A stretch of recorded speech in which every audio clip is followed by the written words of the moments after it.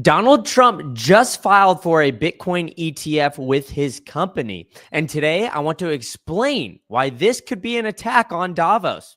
I know it sounds crazy, but I want to explain the possibility of Donald Trump's ETF could potentially be an attack on the likes of BlackRock, Davos, and other globalists around the world. Will the launch of these ETFs in America seemingly kick our favorite Lizard Lagarde in the chest and other globalists? Now, let me explain why I believe that this is an attack of globalists, and because Donald Trump wants to have all the Bitcoin mined in America. So, if many of you remember from Donald Trump's speech at the Bitcoin conference not too long ago, that every Bitcoin should be minted in the USA. But don't take it from me, folks. Let's listen to Donnie T himself. If you don't elect me. The reason I've come to address the Bitcoin community today can be summed up in two very simple words: America first. So you heard it there right off the bat. Trump said he wants things America first. He doesn't want Bitcoin or other cryptocurrencies for that matter. I know that makes me want to vomit just as much as the next person. But Donald Trump is really hinting at the likes of what he would want the Bitcoin and crypto community to be. All in America. He wants us to be a very tech-focused country, bring more jobs in, and continue that forward. Now, if the reason I say all this is because look at the trademarks that he's filing here. Truth.fi Made in America ETF, Truth.fi Made in America SMA, Energy Independence, all of it having U.S. sort of undertones here, right? So how could we not think, when Donald Trump has been seemingly America first with everything, that he wouldn't be just like this with his new ETF products? Now, why do I think that it is an attack on Bitcoin or attack on Davos and the globalist? Well, Donald Trump and others have really focused on, America first, whereas Davos and BlackRock are more on the globalist side of things, right? So if you remember this interview back from Larry Fink at Davos, he got absolutely slammed for saying the things like they will force change upon other businesses, where Donald Trump is now trying to bring businesses back to the U.S. and jobs back to the U.S. But don't take it from me, folks. Let's listen to Larry Fink. And this is one thing we're asking companies. You have to force behaviors, and at BlackRock we are forcing behaviors. What we are doing internally is, if you don't achieve these levels of impact, your compensation could be impacted. Okay, you have to force behaviors, and if you don't force behaviors, whether it's gender or race or just any way you want to say the composition of your team, you're going to be impacted. So you heard it from here from Larry Fink, folks. You have to force behaviors. He said that multiple times. He doubled down on it. He even brought in race, gender, all those different things. But I don't know what's playing here now.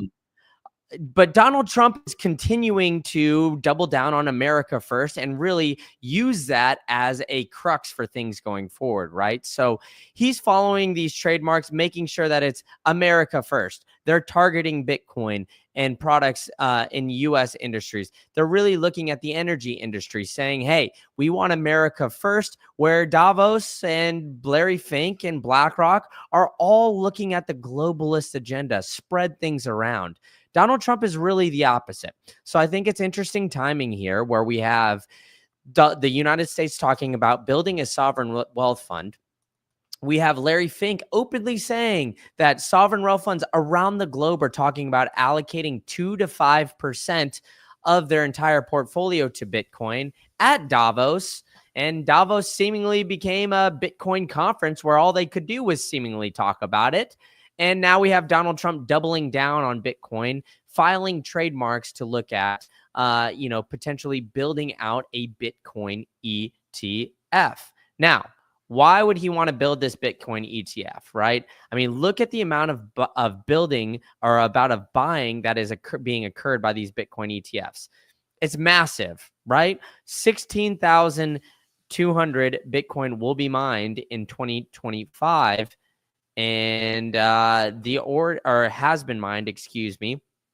And the amount of Bitcoin bought by that ETF are already 4 times that number. Right, folks? So, I mean, if you're looking at this, the writing is on the wall. It seems like a giant supply shock is coming. And if you look at the ETF buying, the net inflows just keep on ramping up. So more and more of these ETFs are buying Bitcoin and getting extremely bullish on Bitcoin because they're seeing that asymmetric return.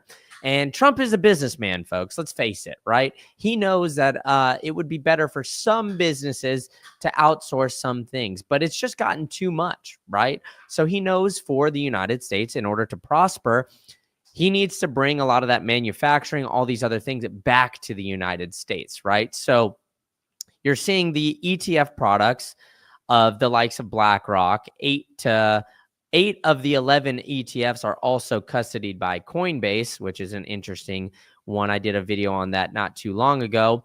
But regardless, we're seeing BlackRock push a globalist agenda, push things like DEI, saying that they would, quote, force behaviors because that would be necessary in order to see some change here. Well, Donald Trump is going to put them in a stranglehold here and really look at the potential of bringing all this Bitcoin back to America, back in these ETFs, right? It's looking at Trump and Trump Media Technology Groups. They're launching this Bitcoin ETF.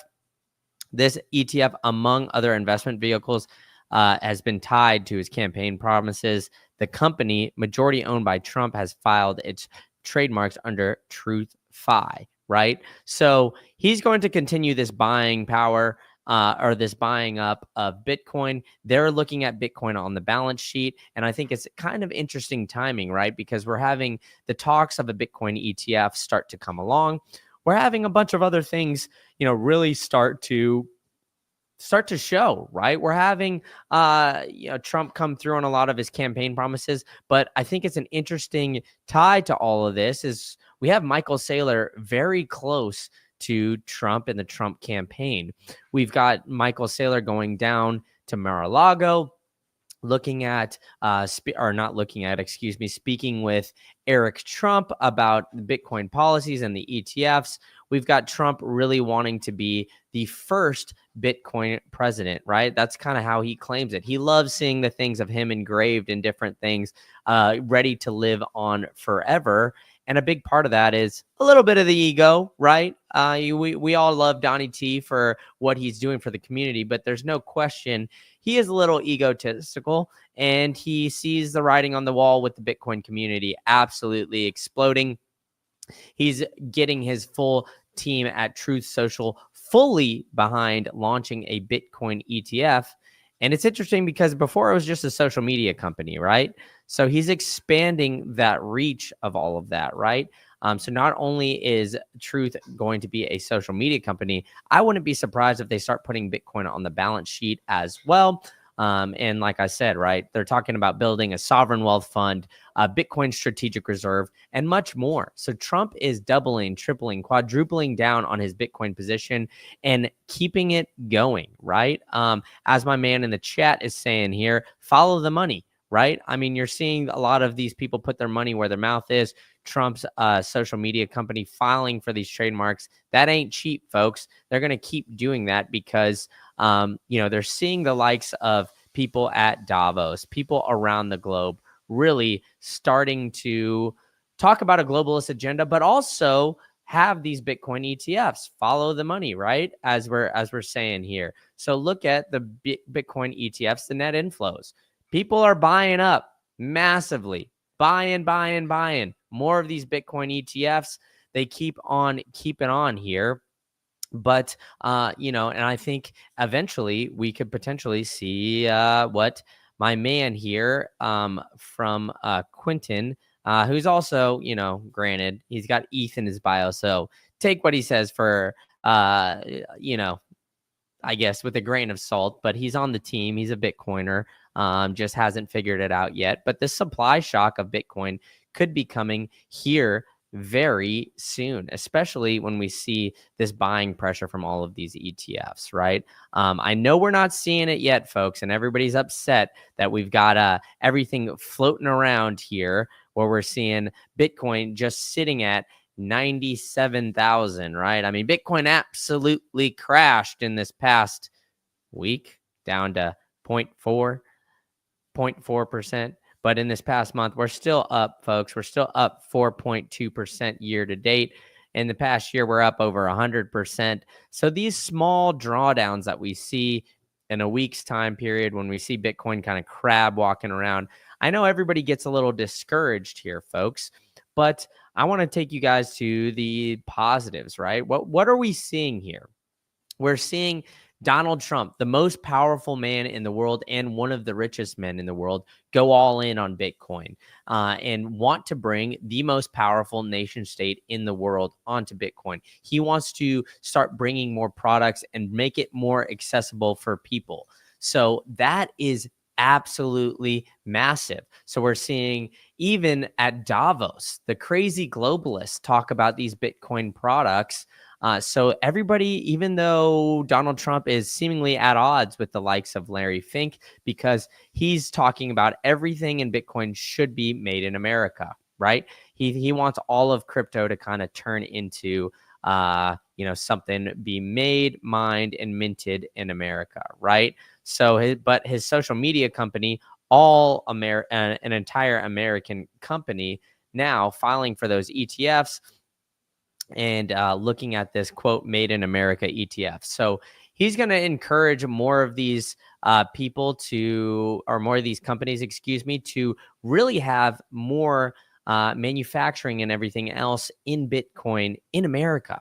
So these tech jobs are going to be forced not only to come to America via the tariffs and everything else, but we're going to see a growing increase in all of this, right? So let's see what we've got here. Oh man, we've got my man Fred with the €2 super chat. My man Fred, thank you so much. Follow Bitcoin. Exactly, man. Follow Bitcoin, what it's doing. Look at the money here. Bitcoin is money, right? We're seeing the net inflows here just in dollar amounts, but this is also how many Bitcoin that we're seeing flow into it, right? So I think it's super interesting to see how we're seeing the daily ETF inflows just absolutely continue to skyrocket. We're going to see more and more money start to dump into Bitcoin. So I know we're crab rocking around that 97,000. Oops, I'm not even showing you guys this chart that I'm looking at.